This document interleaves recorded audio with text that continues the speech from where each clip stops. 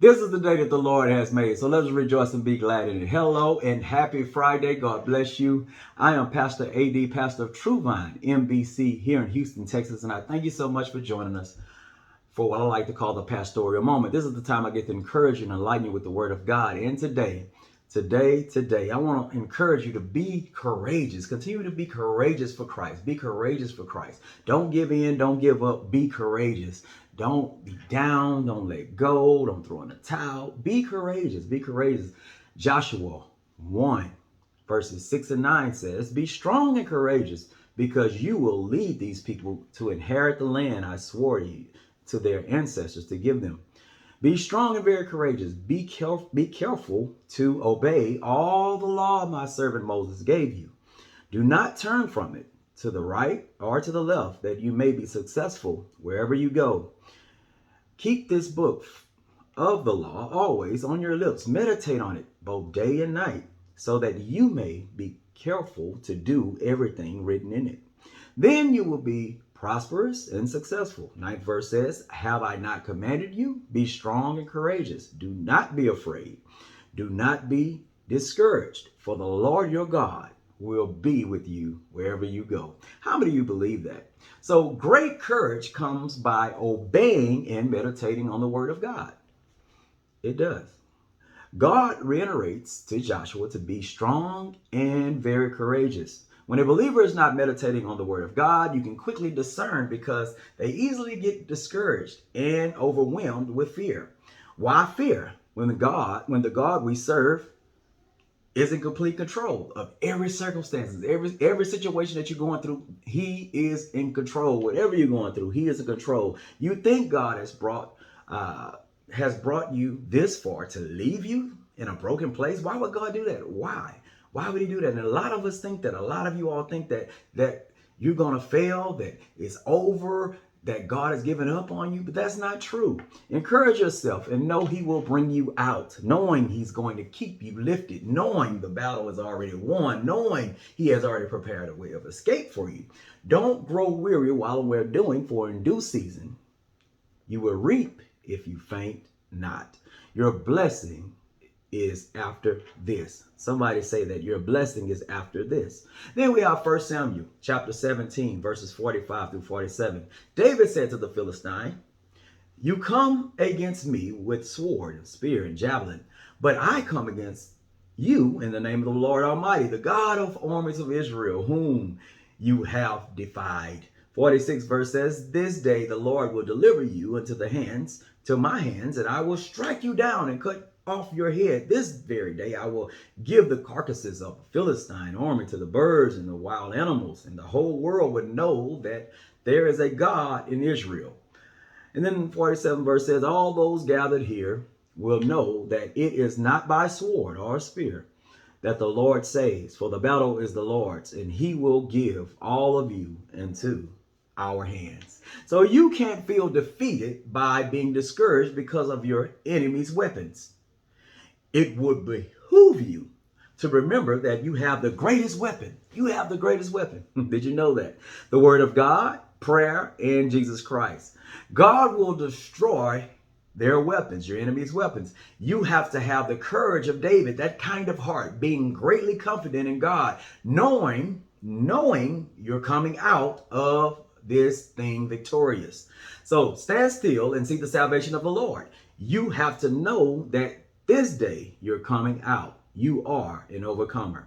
Then we have Psalm 27, verses 1 through 3. "The Lord is my light and my salvation. Whom shall I fear? The Lord is the stronghold of my life.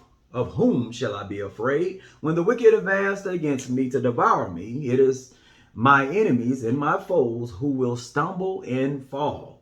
Though an army besiege me, my heart will not fear. Though war break out against me, even then I will be confident." So being courageous in war, even when you are outnumbered, David stated that the Lord is his light and his salvation in stronghold. So how will you know what God is to you if you've never been in a battle?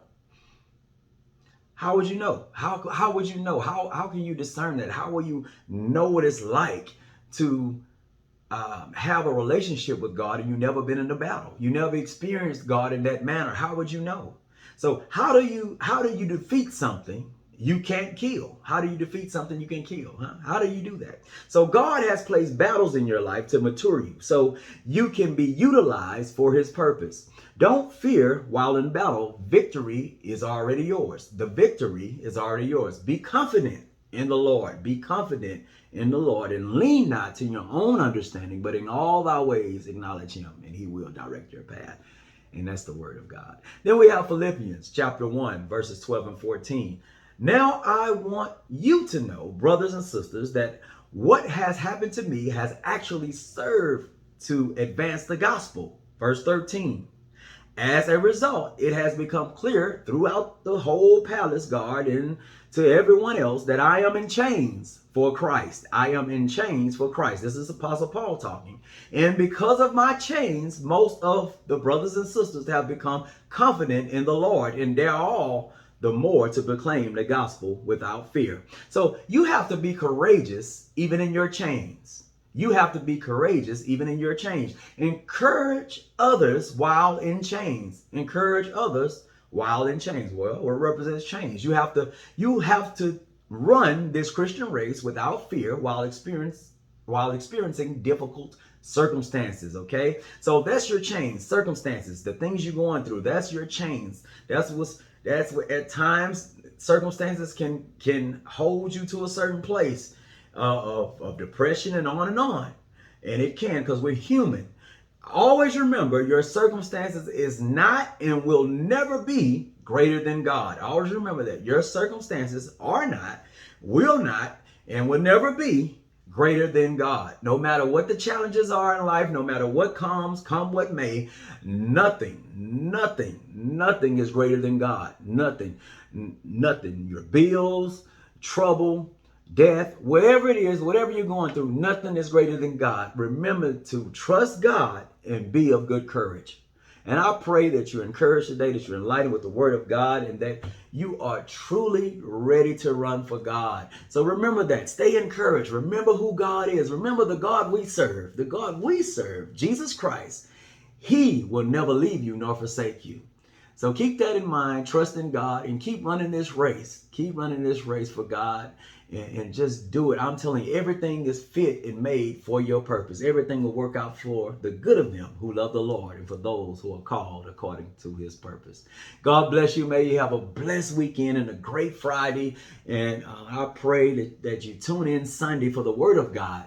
Please tune in Sunday. We will be talking about the institution of the Lord's Supper. I haven't brought that and presented that in a while. It's been a while. So I want to really teach on that on Sunday. So tune in to learn about the institution of the Lord's Supper.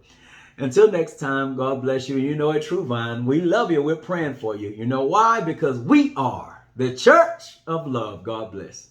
Thank you so much for watching. Be sure to subscribe to this channel and join our online Christian family. Tithes, offerings, and donations can be made via Cash App at $TVMBC or by mail at True Vine Missionary Baptist Church, 1407 Grove Street, Houston, Texas, 77020. Thank you so much and have a blessed day.